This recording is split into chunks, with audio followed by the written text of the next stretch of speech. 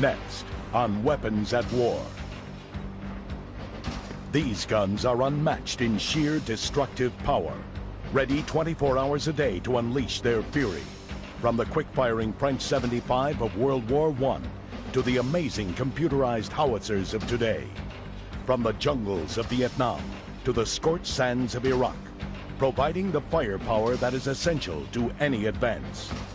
The guns of the artillery, next on Weapons at War.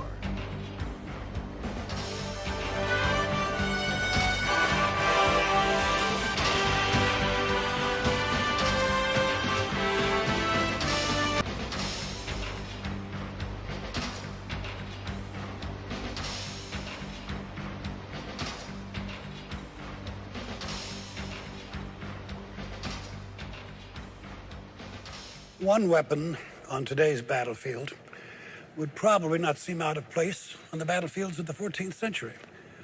Artillery cannons still depend on the 600-year-old idea of harnessing an explosive force to send a projectile down a tube.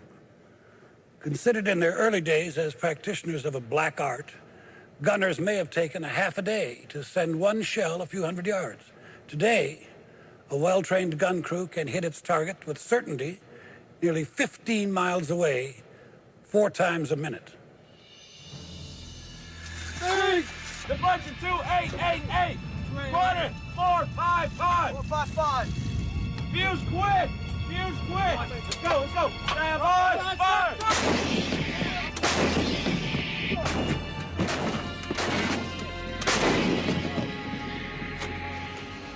Firepower. Throughout history, there has been no substitute for superior firepower, and Desert Storm was no exception. As U.S. forces poured into the Gulf region, the artillery crews soon overcame the harsh surroundings and had their guns ready to inflict maximum damage on enemy targets, wherever it was needed. It's kind of difficult getting adjusted to shooting a house in the sand. But we had to have adapted and overcome that by putting plywood down underneath the base plate. This is the M1 Deuce howitzer, 105 millimeter. Been doing a lot of work with it out in Saudi Arabia, and it's been working good for us. It was the norm in Desert Storm to mass fires, which we're very, very good at. As a matter of fact, they massed fires up to 11 battalions on one target, what they call a TOT, time on target, so everything arrives at the same time. The use of artillery there was extremely impressive and made a major contribution to seizing the objectives that they did. Today, computers and satellites enable fire direction control officers to process target information and relay it to the crews in seconds instead of hours. The fire direction officer is responsible for taking the incoming call for fire from the maneuver units, processing that fire order, and getting out information data to put on the guns in the fastest time possible with the minimal risk to any friendly troops that are in the area, which is 0. The number of guns the Iraqis actually had on the ground was probably as many, if not more, than the coalition forces.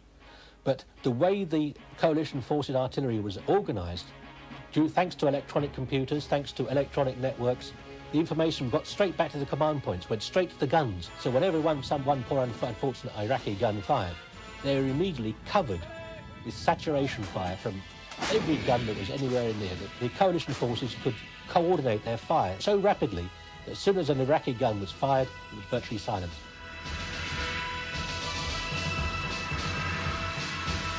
One of the most effective of Desert Storm's guns was the M198 155 millimeter howitzer.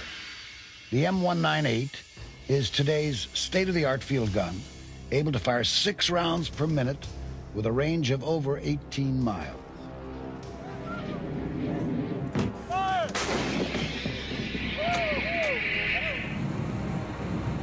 The quick and accurate striking ability of today's guns, along with well-trained crews and modern communications technology, all combined to create such intense and immediate firepower that there was often little resistance encountered when the infantry arrived. the 1st Infantry Division, the Big Red One, when they initiated their attack to go through the berm. They laid down about 6,000 rounds of ammunition and about 400 rockets. The result of that was so great that when they went through that berm, they did not get any counterfire from the Iraqi artillery. They didn't have any casualties. And they were able to move through there almost without any resistance whatsoever. But in order for the incredible guns of today to exist, some very basic problems had to be overcome, not the least of which was the need for stronger metals to allow for bigger and more durable guns. The Industrial Revolution made possible great advances in the manufacture of refined steels that size, volume for volume, were much stronger and much lighter than the old wrought iron and other materials that had been used before. At first, these newer, bigger guns were basically the same as their predecessors, but in a matter of 40 years, an amazing series of innovations totally revolutionized this 600-year-old weapon. Rifling came first. What that in fact is, it's grooves inside the barrel that twist the projectile as it is pushed down the barrel. Now this twist makes the projectile spin, and so therefore it stays much more stable in flight for much longer. You point a gun at a target with a pretty fair realization you're going to hit it. A rifle barrel also allowed for a longer, more accurate projectile, which could deliver a larger explosive payload than the cannonball of old. But the gunners still needed a faster means of firing. The old muzzle loading days, you had to go around the front, go away with ramrods and all that sort of thing, and it was a long and involved process. With breech loading, all you had to do was quite simply open the breech, bang in another shot and cartridge, and you're off again. Despite all of these advances, a well-trained gun crew could still only fire 1 or 2 rounds a minute. But in a dramatic culmination of available technology, a Frenchman named Patriot created his 75mm field gun in 1897. The first truly modern gun had arrived. What it did was it combined breech loading, the new ammunition, rifling, with a new elongated shell, and it combined all these with a recoil mechanism. Up till that point, guns, when they fired, they just literally moved to the rear, because as the shell went out the front, the basic Newtonian laws, the gun moved to the rear. What happened was they actually worked out a way whereby the barrel would slide to the rear under spring or hydraulic pressure and then go back to its former position without the carriage moving at all. You could literally fire the gun as quickly as you could put ammunition to the back.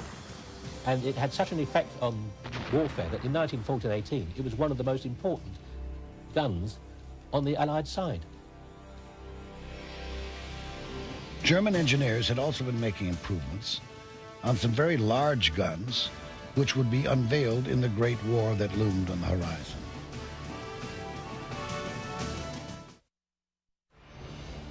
Some of the first shots fired in World War I were from the monstrous Krupp 42-centimeter howitzers, which soon became known as Big Berthas. The 42-centimeter howitzer, known as generally as the Big Bertha, was a massive, great fault crusher. It was one of the largest caliber guns then built. Basically, it fired a very large and heavy shell packed with explosive in such a way that it would plunge down onto fortifications and literally drive its way into the fortifications before it actually exploded. Without the use of the Big Bertha, those forts would have held up the German army for quite some weeks, if not months. As it was, they were able to smash them their way through in a matter of days, making possible the big sweep through Belgium and into northern France. Before long, the Allied guns, particularly the French 75, helped to stop the German advance about 20 miles outside of Paris in the massive First Battle of the Marne. The French gunners confidently fired round after round out in the open, and the volume of fire from their 75s crushed entire infantry columns in seconds. The German artillery effectively countered from concealed positions and made the French gunners pay dearly for firing in the open. But as men and resources on both sides began to wear thin, the Germans temporarily abandoned their goal of reaching Paris, and the stalemate of trench warfare soon set in. The cost of lives at the Marne had been high, with French losses alone totaling more than 300,000 men in August and September of 1914. Fully 1/6 of their total casualties for all of World War I. Trench warfare. Both sides on the Western Front had firmly dug in, and a similar situation was taking place on the Eastern Front as well. Even massive artillery bombardments, which lasted for days, could not always ensure an advance by the infantry.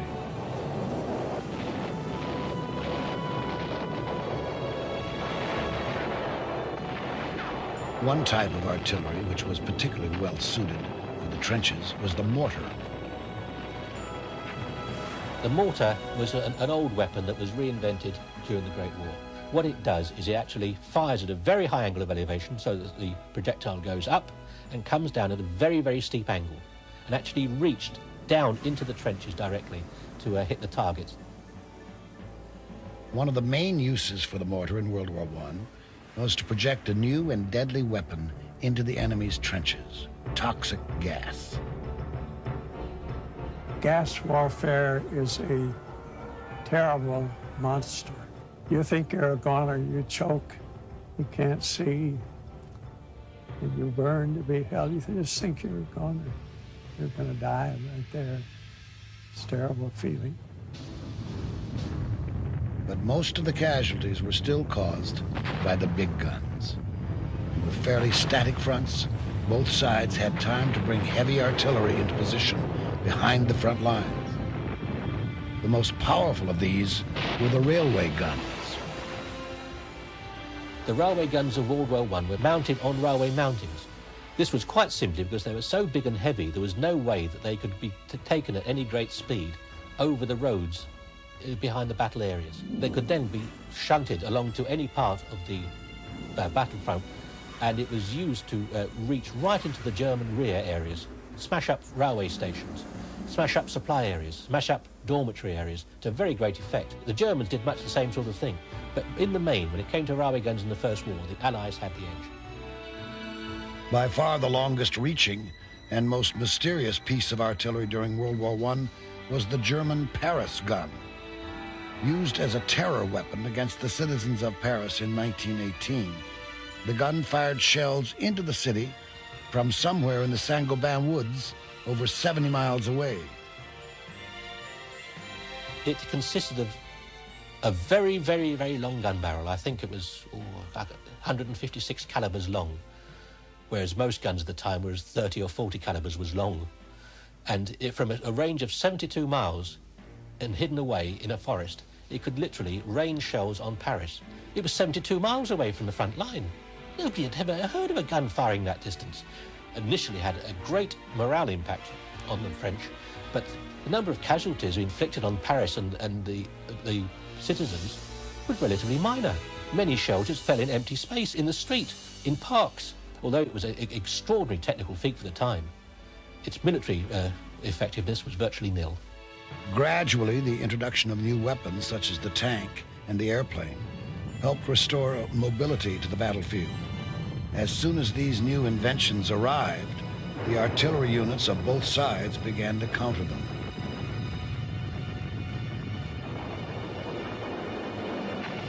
At first, existing guns like the French 75, the German 77mm field gun, and the Russian 76mm Putilov were simply placed on special mounts to fire at planes or used at low trajectories to counter enemy tanks.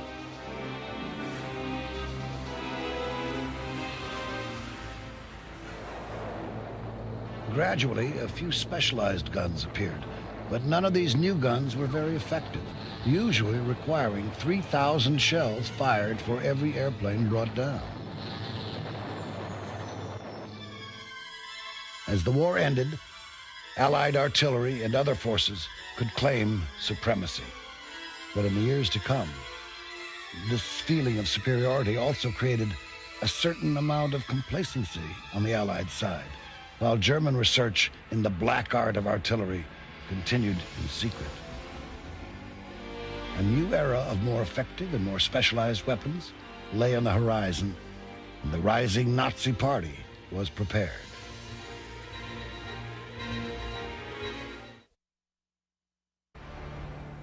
World War I had been a fairly straightforward conflict where the duties of the artillerist had remained, for the most part, what they'd always been. But in World War II, the warring armies were quickly drawn into a deadly race against technological defeat. Most Allied countries were unprepared for this new race, still relying on guns of World War I vintage. Hitler's army was clearly in the lead. The nation that was perhaps best situated in 1939 for a modern artillery war was Germany, because after 1918, the Treaty of Versailles virtually removed all the artillery they had. So they were free in clandestine conditions to develop a whole new family of artillery. And by 1939, they were well on the way to producing those guns in great numbers, which is what modern war requires, not just modern guns, but large numbers as well. The U.S. Army had decided to modernize its gun designs just after the First World War, but large-scale production never began, leaving the troops to train with older guns like the French 75. It's an amazing weapon because it was developed in 1897, and it lasted all these years, and we were still using it for training in 41. It was a very fine and accurate weapon, but we needed something that would have more range and more lethality. But it's the only thing we had for training. Some of the other troops didn't have that. They had logs they'd sit across something and use that for training. But as the threat of another great war became a reality, American industry swung into action, producing guns that would set the standard for years to come. The M2 105mm howitzer and the M1 155mm howitzer led the way in the transition from the French 75. The new self-propelled class of guns was also a significant improvement. First developed at the end of World War I, these new guns helped to increase a unit's total firepower by providing better mobility and flexibility. This new class was a great complement to the existing towed class of artillery. One of the most effective of these guns was the 155mm Long Tom. We went from the 105, we had the 155, and 155 self-propelled, 155 towed. The Long Tom was a weapon that could reach way out there. It was a gun and not a howitzer. But the workhorse at that time was the 105. Still, large numbers of these improved U.S. guns were not ready in time to stop the blitzkrieg attacks in which artillery played a key role.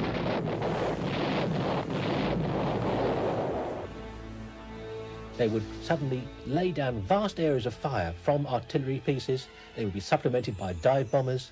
They would be supplemented by the infantry mortars.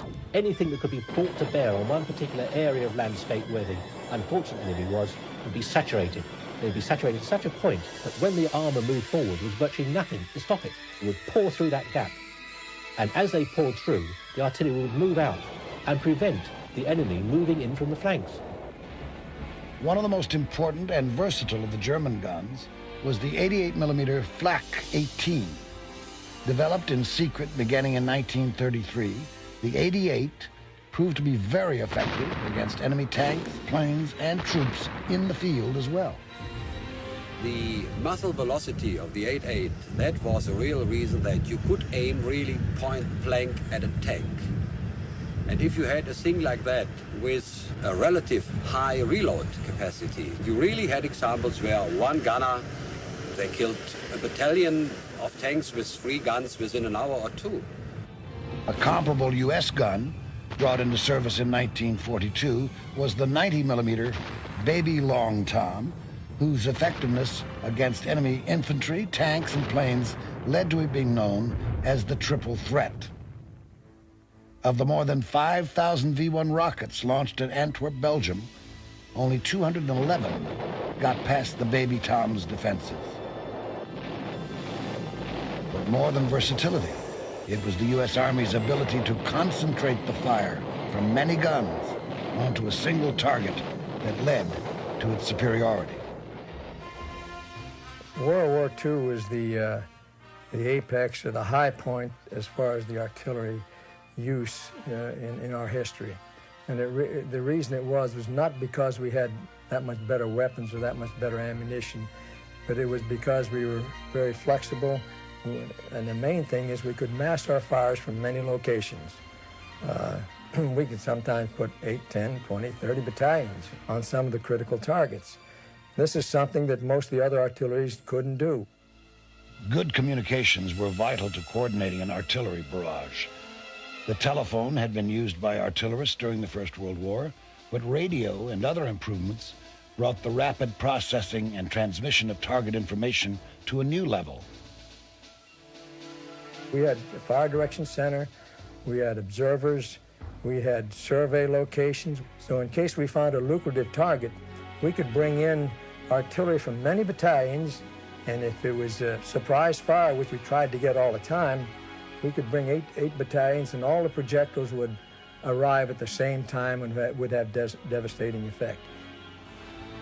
Such efficient communication, combined with mobility and the concentration of firepower, placed the U.S. artillery above all the rest. The Russian artillery in World War II used to get their mass fires by putting their weapons hub to hub. We didn't do that. We had our weapons spread out over a large area and they'd converge on the target, but they had a lot more weapons and they'd put them hub to hub and shoot out there and mass their fires that way, which was not very efficient because you could locate them easily and they didn't move that much. We moved around because the thing to do then is if your enemy has artillery and they spot you, you better shoot and move out so that they don't fire counter battery fire. The Germans had two problems. One of the problems was that they never were able to mass the fires with the responsiveness to the infantrymen and to the armor that we were. Another problem that they had was that it was amazing how much horse-drawn artillery they had. So they didn't respond as quickly as we, they couldn't go into position as quickly. They were, of course, hampered by horse-drawn artillery, and they didn't have the fire direction system that we had. But the Germans did have one extraordinary means of generating firepower, and its name was Gustav. The 80-centimeter railway gun is one of those things which, even now, it's a subject of fascination to anybody interested in artillery matters. It was the biggest gun of all time, and that's the sole reason why it was built. It was a Wagnerian obsession by Hitler and the Nazi regime to have something that was bigger, that would really be absolutely the greatest gun of all time. And it was a whopper. The thing, the shells were taller than a man. The caliber, the actual width of the barrel was 800 millimeters. To actually service and man it took a battalion manpower strength. But it was only ever used once in action, and that was Sevastopol in 1943. It was very, very effective, but the actual manpower resources of getting that gun across Europe and actually getting it into action and firing it was such that it actually diverted manpower away from the main attack. I always like to think that gun helped the Allies win the Second World War in its own quiet way. Soon U.S. artillery superiority helped to turn the tide of the war. Blitzkrieg was now a memory, and the Allies were on the advance. After the invasion of Normandy, artillery helped the Allies to break out from the beaches and begin their move across the countryside. Soon, Germany's vaunted Siegfried defensive line was penetrated, and the Allies advanced farther into Nazi territory. I remember the crossing of the Roer River, where we were stymied for a while. And they massed the artillery fires, everything they could get there, including tanks and tank destroyers and so forth. And we started off early in the morning, and it was the most awesome thing I've ever seen, really. I think we fired about 30 battalions on a particular area, and you could read a newspaper at night. There were so many guns firing, it was daylight. And the roar of them was very devastating. It was very, very effective, and the fire at the other end was very effective also. The United States was also making advances in the Pacific, where artillery's basic task remained the same, half a world away.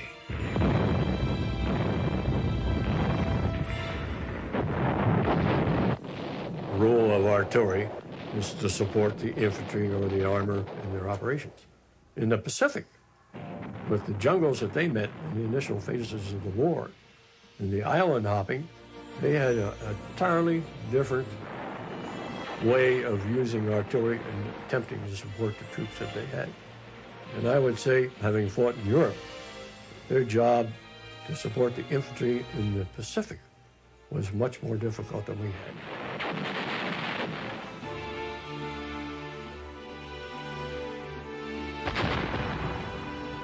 As World War II neared its final stages, the Allies were clearly winning the technological race. At the Battle of the Bulge, another innovation was unveiled, known as the variable time or proximity fuse.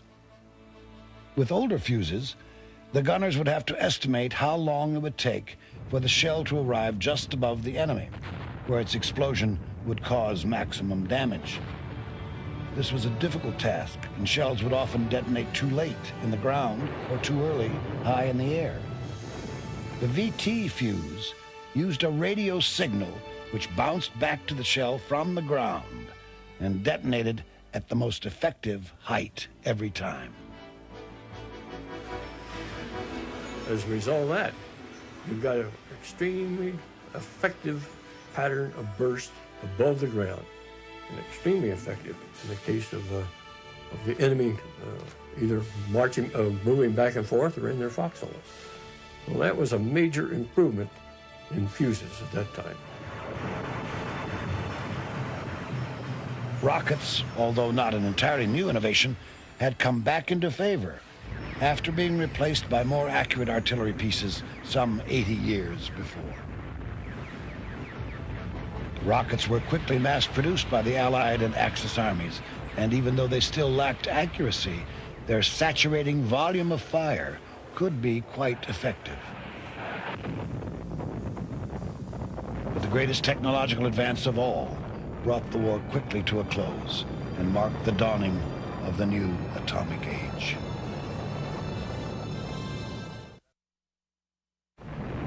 As the age of atomic weapons emerged, scientists soon discovered that artillery could harness this awesome power. The 280-millimeter gun, known as Atomic Annie, became the first piece of artillery to fire a shell capable of delivering a nuclear payload. That shell could easily be delivered by a rocket. It could be delivered by an aircraft. Where the gun, the atomic gun, or atomic cannon, call it what you will, scores over those methods, is that you can keep on delivering them accurately at any time of the day or night, under any circumstances. And that's it even now. Conventional artillery can fire atomic projectiles, and many guns in the field are equipped with atomic projectiles even to this day. But Atomic Annie was so big and so heavy, it was difficult to move, and it fell out into disuse, not because it was an atomic gun, but because it was such a bitch to move. Still, there was a very immediate need to continue improving conventional artillery as war broke out in Korea. And even though many of its guns had remained the same since World War II, the U.S. artillery had improved its ability to coordinate fire.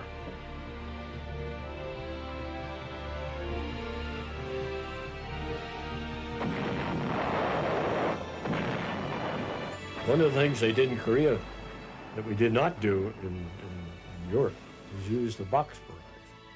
There they had if you had an infantry battalion or some type of unit on a hill mass being attacked by a tremendous number of Chinese.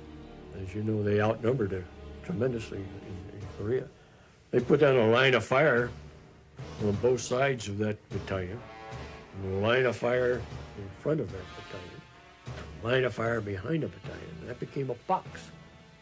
When everybody was coordinated, they would lift the line of fire to the rear so the battalion could evacuate and withdraw and come back out of that whole box barrage.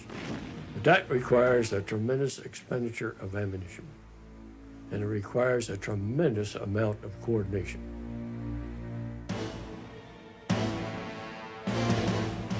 But the enemy in Korea was very elusive, aided by the difficult terrain.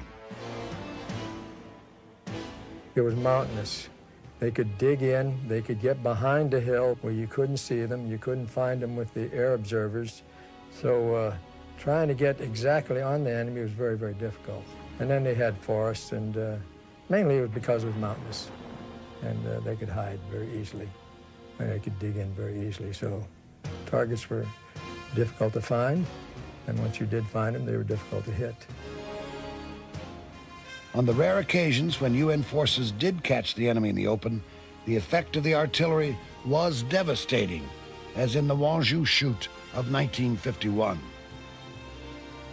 Aerial observers spotted 2 or 3 North Korean infantry divisions moving across an open area and immediately called for artillery support. With the advances in fire direction techniques and communications, the response was almost immediate.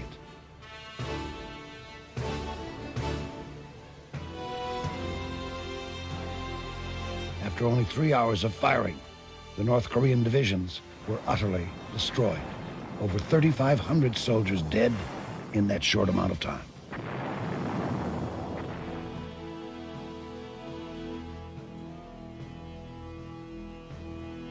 Once again, artillery proved that it could overcome harsh surroundings and operate efficiently in any type of weather, 24 hours a day.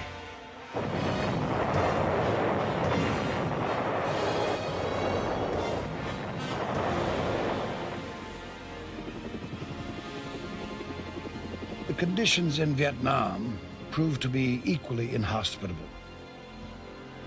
In Vietnam, I visited some units that were in water practically, in very terrible situations where they were in water all the time.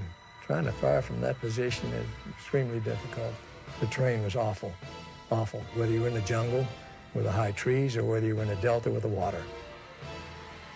The nature of the terrain, in most cases, forced the artillery units to use their firepower in an unusual way. The difference in the role or the use of artillery was the fact that we had artillery in fire support bases. This was a great perimeter berm. It might be a few hundred yards across, or it might be a half a mile. It might have one artillery battery of 4 guns, or 2 or 3, or a whole battalion, or maybe 2 battalions sitting there. And you could interlock the fires between one fire support base, another fire support base, and mass them out there, not only to support infantry operations, but to help defend other fire support bases. In this unique and decentralized battlefield, mobility was at a premium. Where the terrain permitted, improved self-propelled guns like the 175mm model and the 155mm M109 were used with great effectiveness. In the Delta regions, barges often provided a floating firing platform, allowing the gunners to bring their fire to bear wherever it was needed. But as new metals such as aluminum alloys allowed guns to be built stronger and lighter, an unmatched form of mobility was perfected. The helicopter became a major support to artillery units by being able to carry not only guns to areas where they wouldn't otherwise get, but to keep them supplied when they were in action. Everything had to be brought in by chopper. In many cases, that was the only way to go. And we moved the 105mm howitzer by chopper, and you could move the 155mm howitzer by chopper. In most circumstances, after an area was made suitable for artillery emplacement by engineers, helicopters were used to bring the guns in, creating a fire support base. The concentration of fire from these bases often denied enemy troops the freedom of movement through entire sections of jungle. This made the bases a prime target in the eyes of the opposition. November 1968, 800 North Vietnamese came across the border through that jungle, broke through the berm, over the berm, and came in and got amongst the artillery positions. And there was ferocious hand-to-hand fighting. They finally drove them out, with them having many casualties. The artillery fired 1,300 rounds of direct point-blank fire over top of that berm at the enemy coming at them. That time they used what we call the beehive round. Beehive round, this is a projectile, has a lot of flechettes in it. A flechette is a little dart about that big with my finger, and a little arrowhead on the front, a little bit slimmer than the figure, and the fins on the back. And they're all in this round. When you fire it, it goes out and it spreads in an ever-increasing plume. And it's called beehive because it sounds like a million swarm of bees going through the air. Devastating, absolutely devastating. As developments continued, other types of shells started using smaller charges within the larger shell, like the improved conventional munition round, which delivered many highly explosive grenades called submunitions. If you could put a density of fragments out there that was pretty uniform, and if you're under that, you're going to get it. With normal artillery projectiles, you may get a big piece over here and a little piece over there, and you may be someplace in the middle and not even get hit. With something like this, where you have uniform coverage of little pellets, controlled fragments, you're going to cover the area, and there's no one going to be able to withstand that. Computers were also emerging as another way to make artillery more efficient. Originally used to speed up calculations and to store firing data for future reference, computers have completely revolutionized the amazing guns of today. Hold! Ready! Ready! Start by wet bag. I see red. Right. Win this much line. 2 9er 9er 9er. Priming. Stand by. Fire. Get it?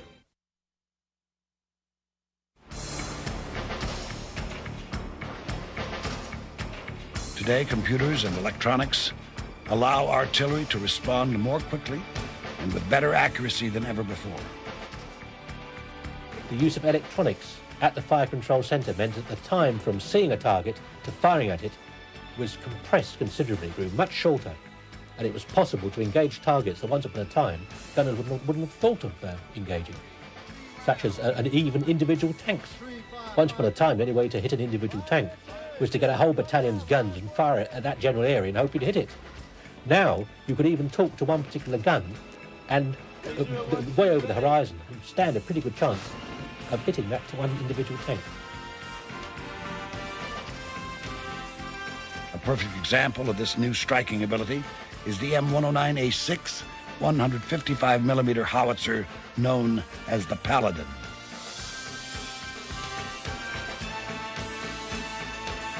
Instead of having a battery of 4 artillery pieces, the Paladin will be an individual weapon. It can move around under the command of a sergeant. It doesn't need any wire communications. It doesn't need any survey because it gets its position from the satellites up above. It has computer systems. It has the ability to fire fairly fast. As a matter of fact, it will be able to put a shot up like this, sort of high angle, another shot lower angle, 3 or 4 or 5, and have them all arrive out there on the target that's at the same time. Once the Paladin receives a fire mission, it can find a suitable firing position, compute its own firing data, fire on the target, and be ready to move again, all under 75 seconds.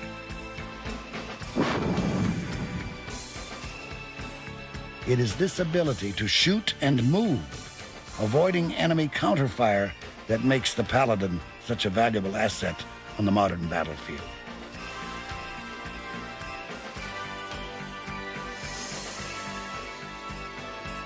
Towed artillery is still making advances as well, such as the M119 105mm light gun produced in Britain and the United States. This gun is almost 1,000 pounds lighter than earlier 105mm models, providing airborne divisions and special forces with a mobile and versatile source of firepower.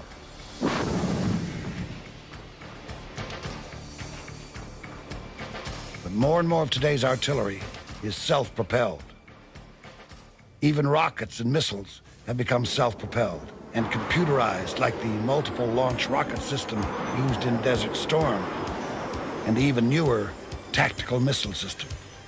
These new systems give the artillery a long-range striking capability of over 60 miles. Take the MLRS. It has 12 rockets, 6 on either side. It can fire out there many, many miles and lay down a devastating amount of rockets on a particular area. Then the one that's coming into being now is called the TACMS. It uses the same launcher as the MLRS. It has fewer rockets in it, but it has a longer range, carries a lot more submunitions. By far the most revolutionary gun of today is the Defender. Still in its towed prototype form, the Defender will be a self-propelled 155mm howitzer similar to the Paladin. And like the Paladin, it will be able to act as a one-gun battery, firing shells at different trajectories so they converge on the target simultaneously. But the Defender has 2 additional features. One of the major technological innovations that's coming in right now is the use of liquid explosives and propellants as opposed to the old solid propellants. Rather than a gunner pushing a shell into the chamber and adding a propelling charge, he'll put the shell in only, probably by some sort of automated means, and then an automatic system will inject a certain amount of liquid propellant in an aerosol form, possibly, into a chamber, ignite it, and off goes the shell in the conventional fashion. So instead of having a vast magazine of solid charges on artillery of the future, we're going to have a tank, rather like a petrol tank, from which the liquid propellant can be used. But even though technology may change gun design of the future, the basic role of artillery will remain the timely delivery of inescapable firepower. This is a big weapon here. The grunts don't have anything big like this. They need fire support where they're getting overran. They would call us back and we would give them fire support so they can accomplish their mission. Artillery still prepares the way for any attack. Infantry, armoured or combined arms, whatever. Artillery clears the way. No matter what battle you look at, back to the Great War, to Desert Storm, artillery functions remain much the same.